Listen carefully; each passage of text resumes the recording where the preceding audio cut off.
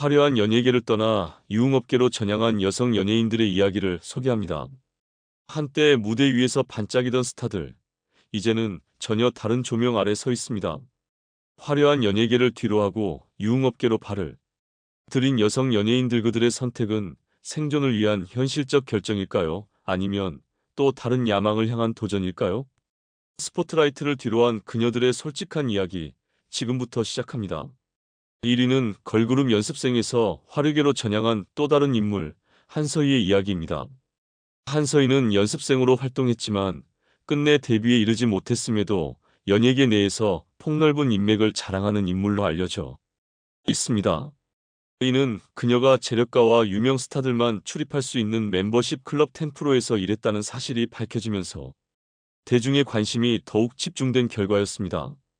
특히 한서희는 빅뱅의 탑, 아이콘의 비아이 등 YG 엔터테인먼트 소속 연예인들과 연관된 사건에 이름이 자주 언급되며 저격수라는 별명을 얻었습니다.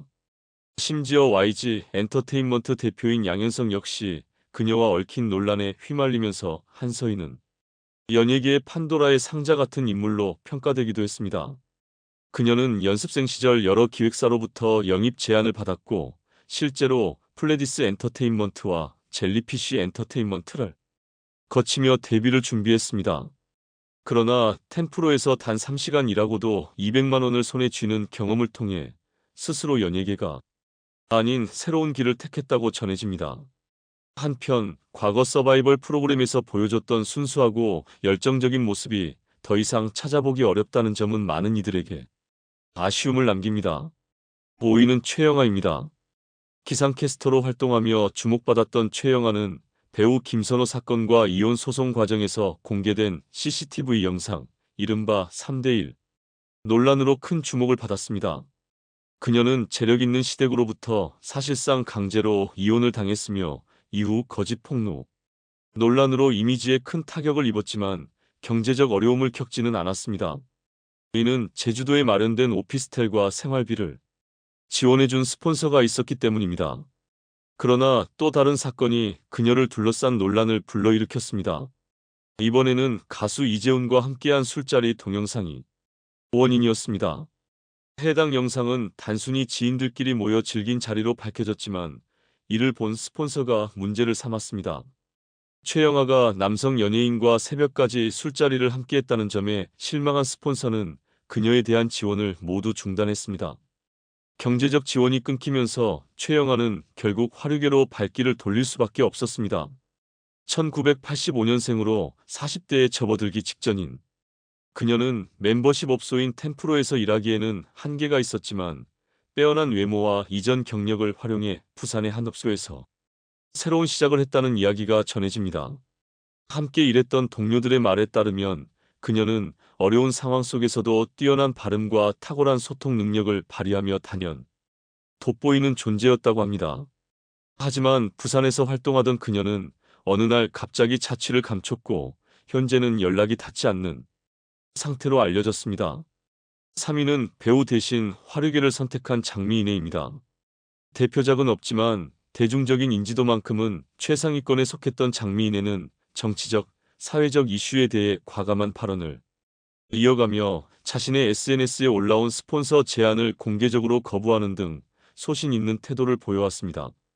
하지만 그녀가 노현동에 위치한 이른바 10% 업소에 출근 중이라는 언론 보도가 나오면서 큰 파장을 일으켰습니다.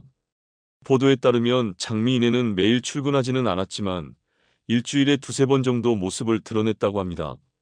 그녀는 고객들 사이에서 높은 인기를 끌어 예약이 쉽지 않은 인물로 알려졌으며 업소 관계자는 그녀가 배우로서의 자부심을 유지하며 다른 접대 여성들과는 달리 술자리에서도 거의 말을 하지 않는 도도한 태도를 보였다고 전했습니다. 이에 대해 장미인혜는 강한 반발을 나타내며 해당 보도가 전혀 사실이 아니다라고 일축했습니다. 그러나 유흥업계 내부 관계자들은 일부 여자 연예인들이 10%에서 일하는 사례가 드물지만 존재한다고 인정하며 이들이 일반 접대 여성들과는 다르게 특정 손님에게만 초대되는 특별 손님 형태로 활동하는 경우가 있다고 덧붙였습니다. 따라서 장미인혜가 정기적으로 출근한 것인지 아니면 제한된 손님만 상대했던 것인지는 여전히 논란의 여지가 있습니다. 한편 장미인회는 해당 보도를 낸 언론사를 상대로 강력히 대응할 것이라고 밝히며 법적 조치를 고려하고 있다고 언급했지만 사건 발생 후 몇 년이 지난 현재까지 실제로 고소 절차가 진행된 흔적은 확인되지 않았습니다. 2위는 배우 활동을 중단하고 화류계로 전향한 한나경입니다.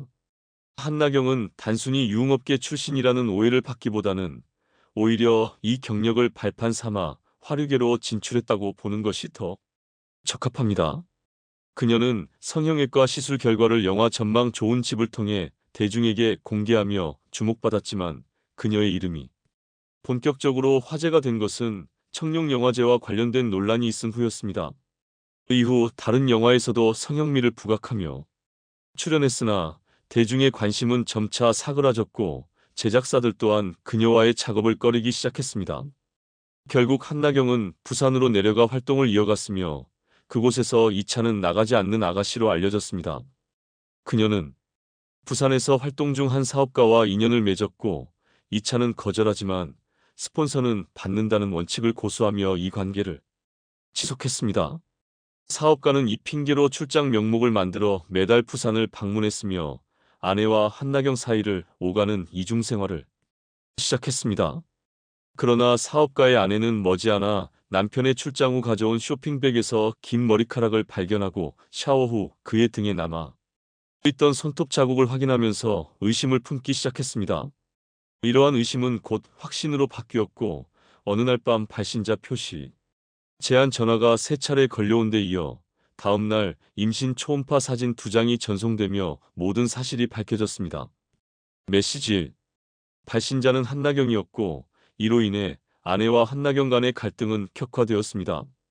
처음에는 이혼을 고민하지 않고 결혼 생활을 지키고자 했던 사업가의 아내는 한나경이 보낸 결혼은 끝났어요라는 문구와 함께 자존심을 짓밟는 메시지를 보고 결국 소송을 결심하게 됩니다. 소송 중 한나경은 사업가가 유부남이라는 사실을 몰랐다고 주장하며 4천만 원의 보상을 요구하는 맞소송을 제기했지만 패소하여 사업가의 아내에게 1,500만 원을 배상하라는 판결을 받았습니다. 이 사건 이후 한나경의 행적이 알려지며 고객들은 더 이상 그녀를 찾지 않았고 일할 수 있는 업소들 역시 모두 그녀를 외면했습니다. 그러나 한나경은 쉽게 좌절하지 않았습니다. 온라인 플랫폼에서 그녀를 응원하며 별풍선을 보내주는 팬들이 여전히 있었기 때문입니다. 1위는 2018년에 데뷔한 다국적 걸그룹 네이처의 일본인 멤버 하루입니다. 하루는 뛰어난 춤 실력과 매력적인 비주얼로 많은 사랑을 받았으나 예상치 못한 논란으로 연예 활동을 중단하게 되었습니다. 그 후 그녀는 잠시 유흥업계에서 일하며 생계를 이어갔다고 밝혔습니다. 네이처는 한국인 7명, 중국인 1명, 일본인 1명으로 구성된 그룹으로 그중 하루는 일본 볼룸댄스 국가대표 출신이라는 이색 경력을 자랑하며 데뷔 전부터 주목받았습니다.